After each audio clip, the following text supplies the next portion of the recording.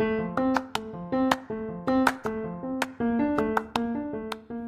I'm Chris Ippolito, and welcome to the Get Coached podcast, where I'm documenting my journey from employee to entrepreneur while featuring the coaches that are helping me along the way.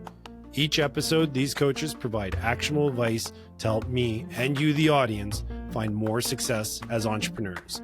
I invite you to join the journey so we can go and grow together.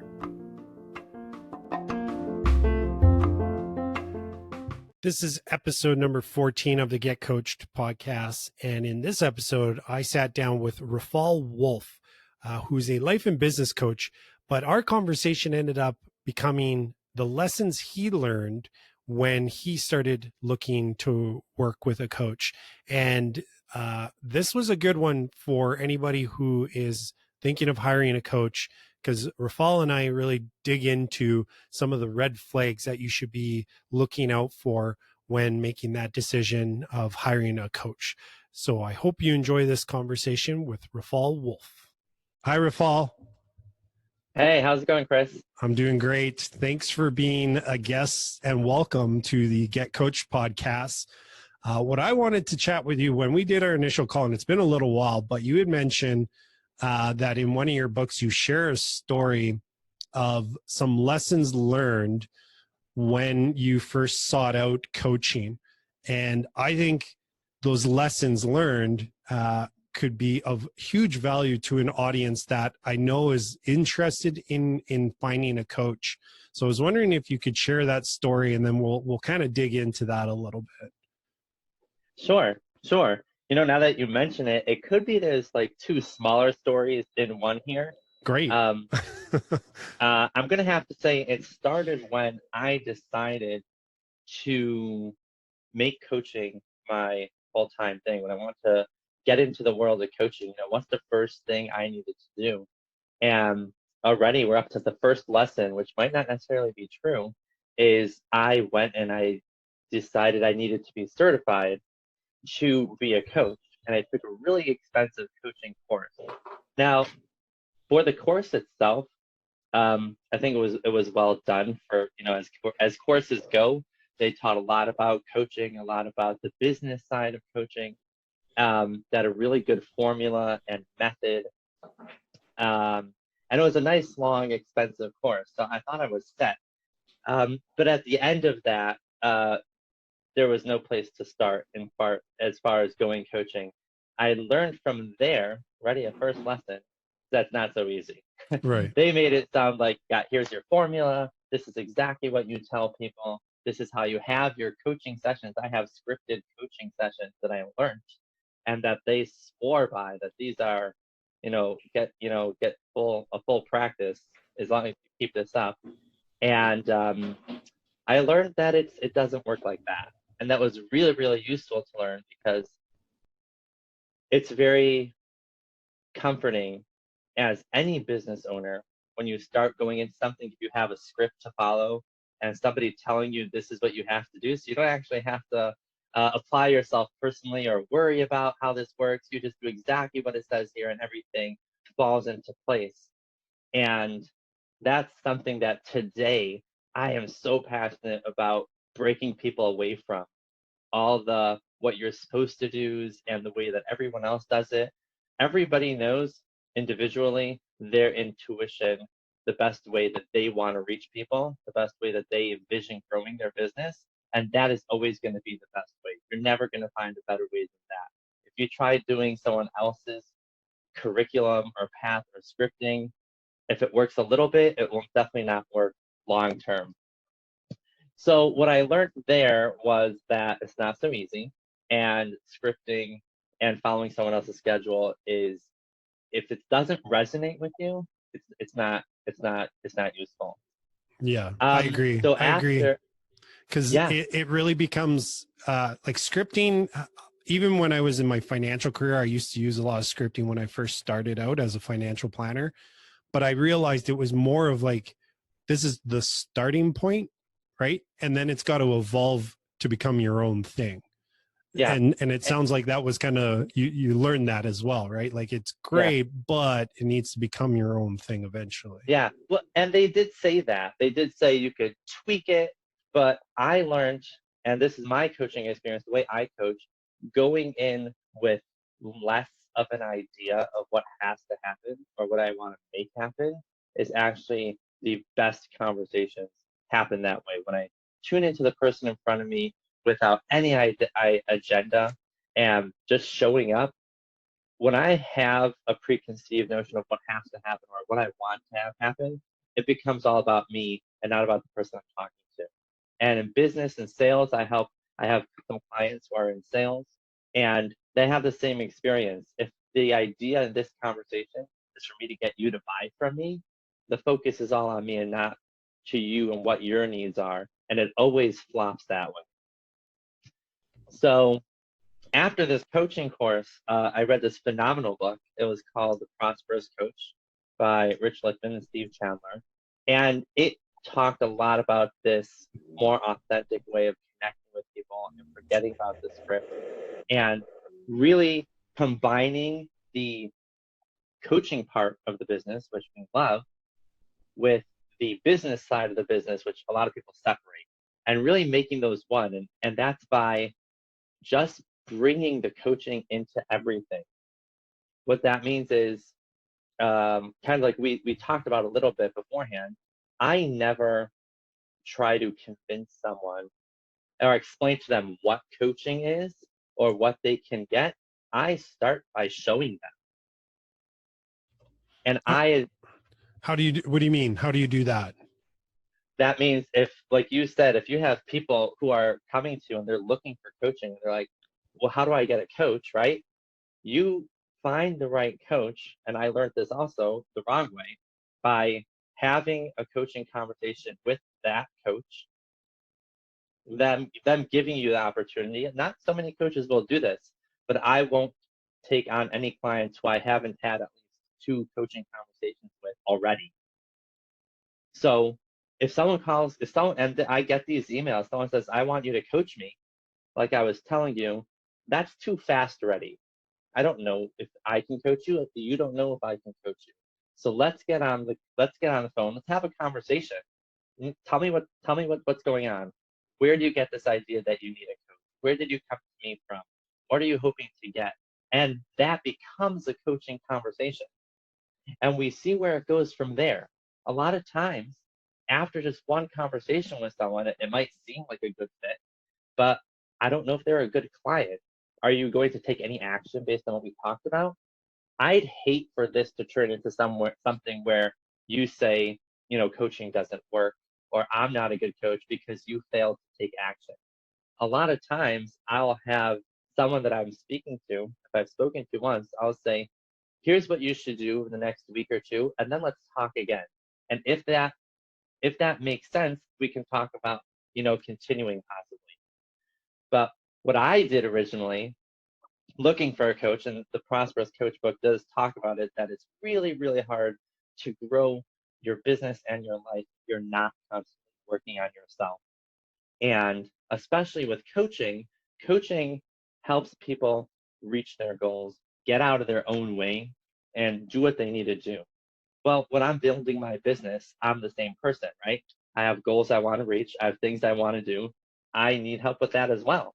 Not because I don't know how, but because I can't possibly see where I'm getting in my own way and my own stumbling blocks. And when I was looking for a coach, I just, you know, I had gone to a networking event and I'd met the coach, and she seemed to have pretty much the same ideologies as I did. The red flags I didn't follow because I did see some red flags. Those were that she was using the same scripting that I was trained in.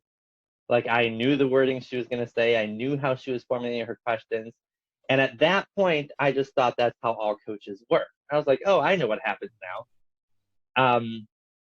And the reddest flag of all, which really changed my life looking back, is that she made a promise to me that if we work together, I will guarantee make back my investment before we even finished halfway through our program. So she had a year-long program. I can say how much it was. She said the year-long program was $15,000. But if I sign up right now on the phone, also red flag, I'll tell you why afterwards. If I sign up right now, then it'll only be like $12,000 or $10,000. I don't remember which one. She created some And urgency. yeah, and I said, but I don't even own that much money. At that point, I was like, I just can't. I don't have it. It's not in the bank. It's not even in savings. And she said, well, you don't have to worry about it because, or something to that effect. She said, if we work together within 6 months, you will have made back all your money already. If you do the work and you do everything. And I was like, well, if you're guaranteeing me, why would I say no? That doesn't make sense. So we worked out a payment plan that I could start affording, and we started working together.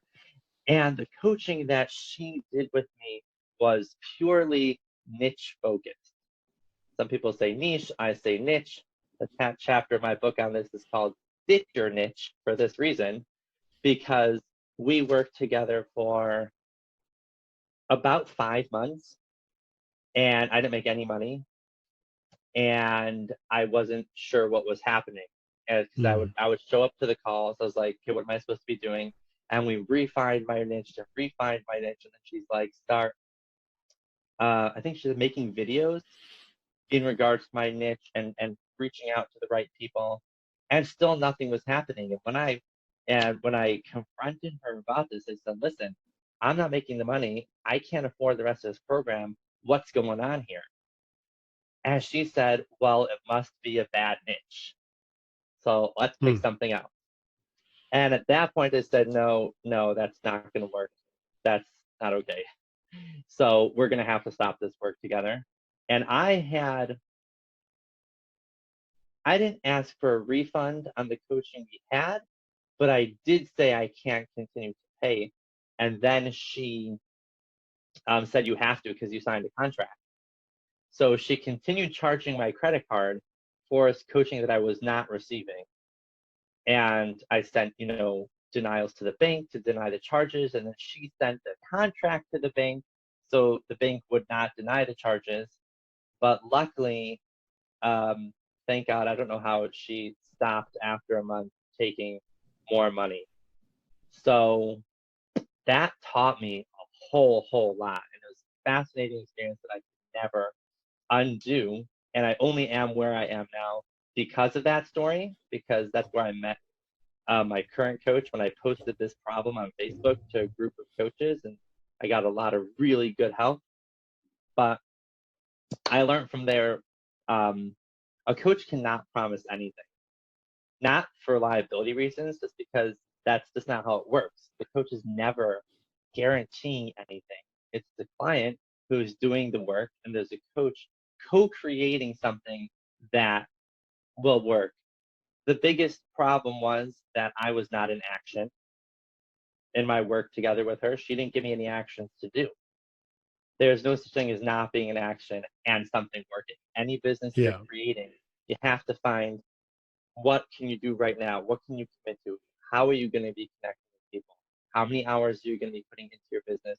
Really working on your business, not just playing around with your website.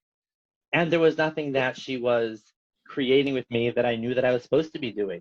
I was still under the impression that you tell people you're a coach and then your phone starts ringing. And on the side, I was making these videos that she was telling me to make, which wasn't really doing anything. So that's the lesson of a coach never promises anything, and that you should not be hiring a coach until you have an experience of the coach that you're confident that this coach can help you. And when a coach does that, I mean, I understand the sales technique of creating that urgency, but that is a form of manipulation, which should not be happening with a coach that you're going to be building something with. I mean, when somebody tells me they need to think about it, now I know right then I've not created enough of my experience for them to be sure. So that only could be my fault. But I never want to say, like I've coached a lot of coaches as well from different programs. I'm not going to say by name, but there's a lot of different coaching programs out there, and I recognize them already. And they all have this. If you say, I need to think about it, they say, well, then you're not for us. I want someone who's 100% clear right now. And no, that's not, I don't work that way. If someone tells me I'll think about it, they're probably going to be a no, and I'll help them get clear that it's a no right now. But I Mm-hmm. never say, well, then you're not ready. No, I want you to think about this. I want you to be clear in a week.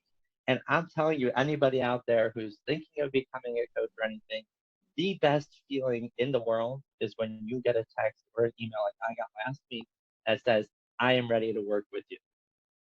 That's when this person had the clarity and the space to make this decision on your own, not because they were pressured into it. There's nothing to pressure here. If there's pressuring, that means it's about the salesperson or the coach more than the client. Right. And that's a big problem. So I would never hire a coach that I didn't have firsthand experience of. And I don't know how many coaches offer those initial sessions for free. I mean, I know a lot of coaches who do, Mm-hmm. but I would say even if a coach doesn't, never commit to a long-term program based on promises or their fee was a good thing. I thought that because she was charging so much must have meant that she was really good, which was a mistake on my part. So those are some lessons that I learned there. Yeah, it's valuable lessons, obviously. I think to like extrapolate what I would, maybe some questions I would pose is when somebody's looking to hire a coach or start working with a coach, it sounds like what you're suggesting is to just go in there with a bit of a different mindset versus, because I think a lot of people are looking at it as a service.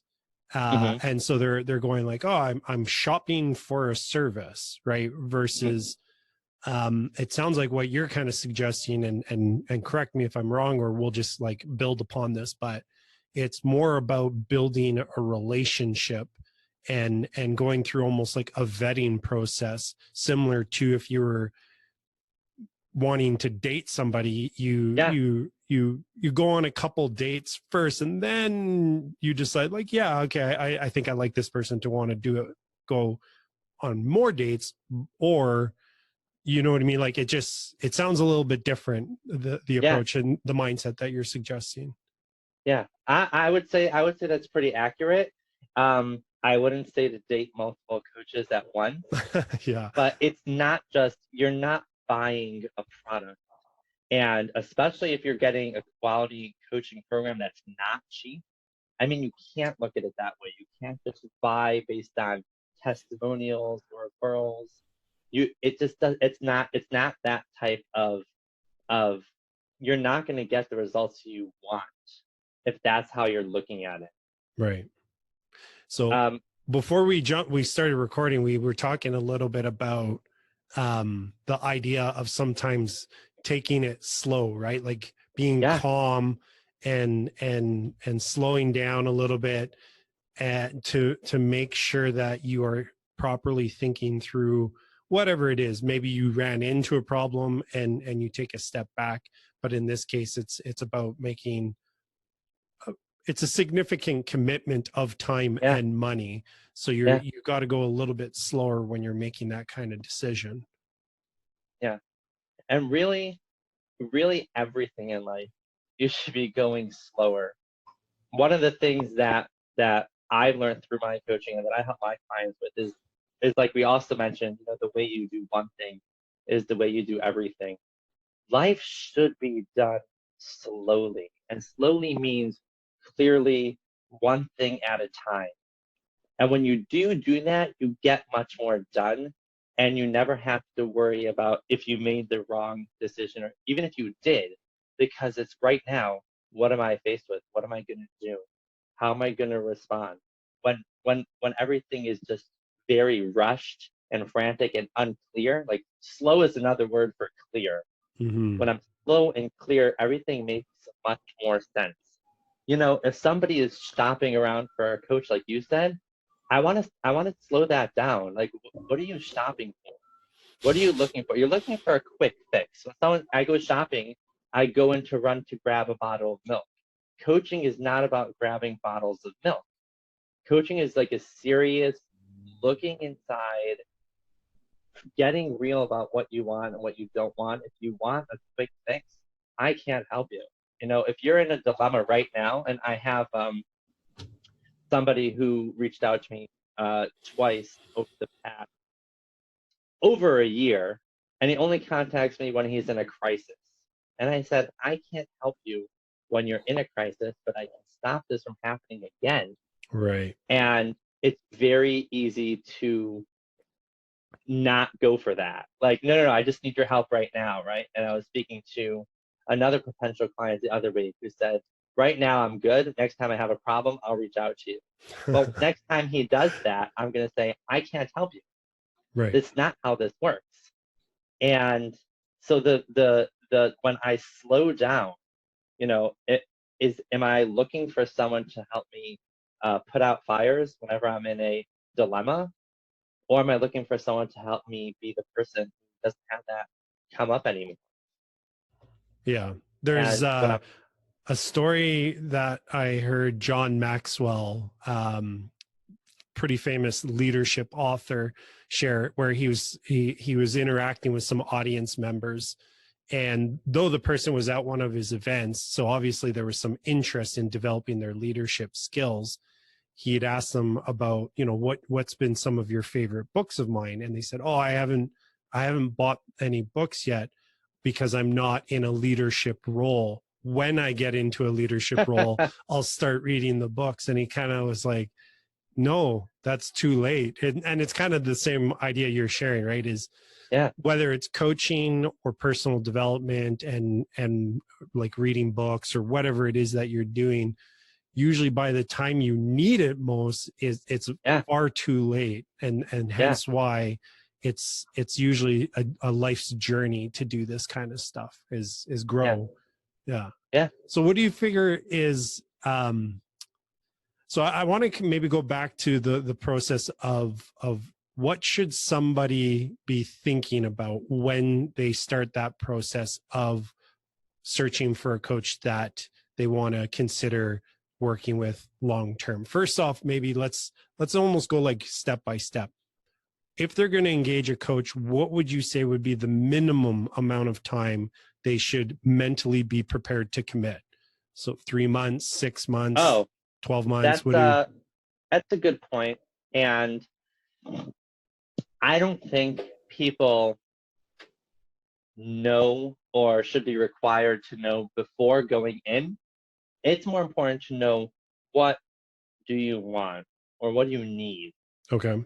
Because it's not so much about the time commitment as what are you committing to, because the time could be up to each individual. When I'm talking with someone, we discuss what they really want. One of the questions I ask them, usually I don't have a process that I'm following, but if I remember, it seems right, I would ask them, how soon are you looking to achieve this? Someone was messaging me also the other week that he wanted to have a more confidence, and his lack of confidence has really been inhibiting his ability to get a job and to make more money and all that stuff. And I said, well, when do you how important is this? Because everyone would love more confidence. That's a nice thing to have, but why is it so important right now? And he didn't have a timeline. It was over a year, right? If it's not urgent for you, then there's no way that unless the coach is offering you some really cheap deal where you feel no commitment to. Part of paying for coaching is it ups your own commitment. When I hire a coach, it's upping my individual commitment. If I can get a coach for $10 an hour, I'd hire 20 of those because it doesn't cost much for me, right? So I would say, what do you need and how soon do you need it? Someone might say, well, I really, really need to get this promotion and I need it in the next 3 months. And that might not be realistic, but we can start with that for 3 months and see how it's affecting you. I don't yet, what's the word? I don't require people to sign up for a year right away. unless it makes sense for that client. That's why I take each person on an individual basis. And that's why, to answer your question, it's not that they have to be ready to work for 3, 6, 12 months. You have to be ready to be real about this, however long that takes. You have to commit to this. And I've had clients who committed to a 6-month program and they still didn't do the work. And they backed out halfway in between, even though they fully paid, because they weren't putting themselves into it. So it's really about, what do you want and how urgent is it for you to get it? If it's a nice thing, you're probably not looking for coaching. Okay. Yeah, I appreciate the answer, because that got me thinking a little bit more around the idea that really should it's more of having the mindset or thinking about how the end goal, right? Like, what's Yeah. the end goal that I have in mind? Because if it's, I don't know, I want to have $1 million in the bank account, though that's a terrible goal in my opinion, but it's, and If someone wants that. yeah, and I want that, but I want that in 10 years time. Right. It really doesn't make sense to perhaps work with a coach, because you're like, No. well, that's in 10 It might years. happen. Yeah. What do you Life want in like can the next 3 happen in months? 10. Yeah, life can happen in 10 years. Yeah. And I would really dig into that. I mean, what will that $1 million give you? Can we get that now? Why do we have to wait? It might give you, they're waiting for happiness, or they're waiting for their wife to be happy with them, and only when they have the $1 million. So, like, let's have that now and make the $1 million also a thing, but that won't be our focus. Um, and that itself, like I'm telling you, if that person were to slow down, they would realize that it's not about the $1 million. Because why would you be going to a coach to help you get $1 million in 10 years? Something's missing there, right? That's mysterious. Let's look at that. Yeah. So that's bringing the coaching into every interaction. Someone calls me up and says, I need help making $1 million in 10 years. I can't coach them. I can coach them right now. Say, like, what are you talking about? Where is this even come from? So when somebody comes, I'm trying to think from the perspective of perhaps the audience here. So they're taking value out of the episodes that we do, and this one in particular, because now they're like, I think coaching could be a good idea for me. But with what we're talking about now, before they even start searching for a coach, are you suggesting that they kind of have a better idea of what it is that they would want support with, and to be as specific as possible, or is that maybe putting too much emphasis on that before finding the coach?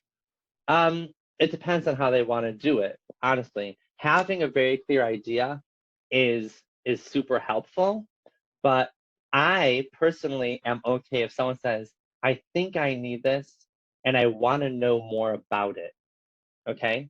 So then they should reach out to someone that they feel, look around. If they hear this episode, they can reach out to you, they can reach out to me, anyone that they feel that they're getting that pull, right? Like you said, they feel like it might be right for them.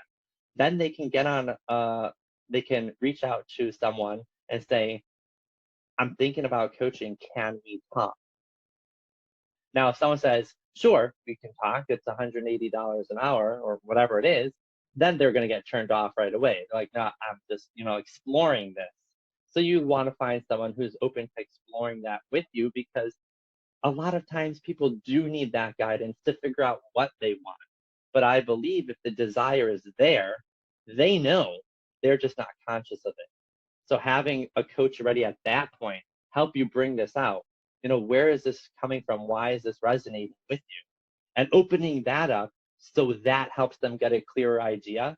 They might also get a clearer idea that this coach is not for them, but they know for the next person that they're going to reach out to what it is they want. So I wouldn't say that they have to know beforehand, because a lot of people don't know, but a lot of people, they feel, something resonated with them, something that they read. That feeling is enough, in my opinion, and be open to exploring that. And if you can figure it out on your own, it is really good. And if not, either you find someone who will help you with that, or be willing to pay for that initial conversation. which itself can be a very valuable investment. Yeah, that makes a lot of sense. I'm trying to, I guess what I'm trying to find out is, because this is the kind of person I am. I like steps. I'm that guy that actually likes the checklist and the scripts because I feel like that's a good place for me to start, and Hmm. then I can learn as I go a little bit. So what I'm trying to find is kind of what's an actionable step that the audience could take to help them on that journey of potentially working with a coach. And maybe it's not even working with a coach where there's financial transaction, but I think I talked about this in a different episode as well, but like, what would be your advice anyways, as far as what's the next logical step to take when you're deciding to find a relationship with either a coach or a mentor, just somebody who's going to be able to uh, guide you a little bit and help you reach those goals that you're looking for from your perspective anyways? What would be that next step? So what I did personally was I just had conversations with a few coaches, some who are willing to make time for me. If that wasn't an option, then I would say follow people on Facebook and see what they're putting out. Even though I don't believe you necessarily have to be active on social media, and I know a lot of coaches who are not, but there are a lot of coaches who are. And even me as a coach, and I have a lot of friends who are coaches from Facebook, I follow a lot of their stuff because a lot of their stuff is really good. And it could be most of the stuff that I know already, but just hearing that over from someone else's perspective. A lot of people share videos. That itself can build your connection with someone and um, and help you along that path. Um, it could be tricky because a lot of those people make the videos to lead you into one of their programs or something like that. And that's why speaking with someone one on one is always more beneficial. But that's what I would say first. There's a lot of coaches out there. There's a lot more people than there are coaches, so you don't have to worry about that. And it's not trying to get yourself to feel anything. Like, Mm, there's enough coaches out there that one of them is going to resonate with you right away. right. And then reach out to them. If they put you through their secretary filter and their program enrollment thing, then you might want to back down. But if you can get a conversation with someone and just open that up, or yeah, that's what I would say to do. It's either follow them on Facebook, because suggesting any books to read, I don't think would be helpful if you're not clear what you want. There's a million books out there about every topic. So Right. um, starting that relationship starts with connecting with people. Yeah, I think that's good advice. Because it kind of is like, hey, subscribe to the podcast, because that's basically what this is. It's a platform that's going to feature a whole bunch of different coaches that hopefully the audience eventually resonates with one, and then they find you on Facebook and then follow you there, and then they can almost like build a bit of a relationship at a Yeah, distance, right? that's what it is. And then when they feel ready or comfortable, then they can reach out and try and have more of a one-on-one conversation. So yeah, I think Yeah, that's great advice. Is it kind of goes to the idea of being selective with your input, right? Because like you said, even as a coach, you yourself follow other coaches, and it's mainly because the quality of input that you're going to receive when you're on there reading their yeah, stuff is good. And the nice thing is, like you said, different perspectives, sometimes all of a sudden it clicks and you're like, yeah, oh yeah, I know I've heard this before, but this person just said it's slightly different or has just a very different view on it, and that just all of a sudden resonates with me. So i yeah, think that's i think that's really good advice. So yeah, go and start following people, listen to podcasts, watch YouTube videos, whatever it is, consume some content of the people that you're interested in learning more about, and then take that next step and reach out to them.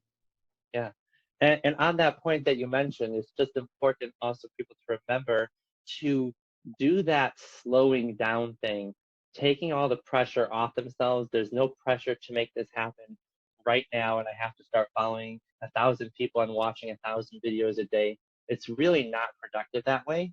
If there's a pressure to make something happen, reach out to someone right away. What blew my mind in my coaching process is how many people I messaged who were willing to make time for me to get on the phone. There's at least 4 people who popped into my mind right away who helped me out and changed my life. And now I can't get into them because I didn't even realize how valuable their time was that they were giving me, like money that I can't afford. And they made time for me to help me out where I needed it, when I needed it.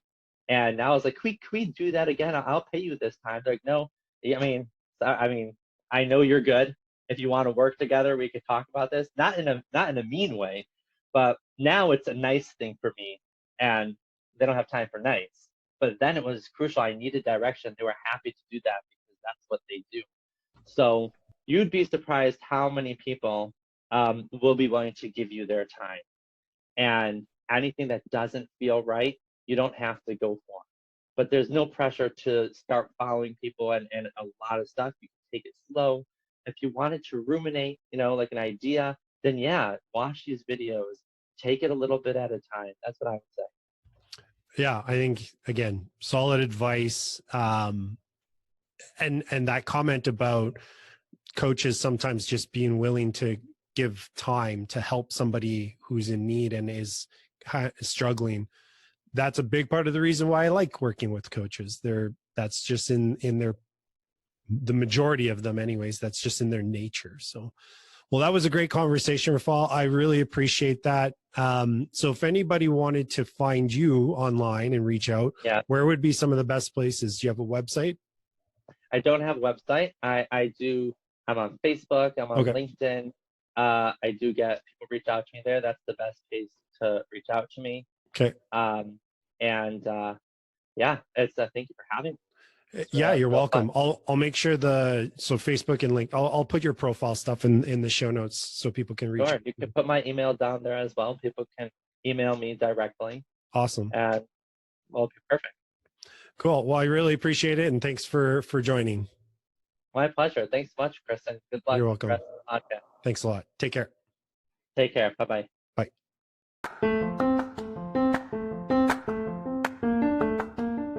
Thanks for listening to the Get Coached podcast. If you're looking for more information, you can head over to our website, which is getcoachedpodcast.com. You'll find the show notes for this and every other episode there. And if getting actionable advice every week from professional coaches is something you want more of, then make sure to subscribe so you don't miss any future episodes.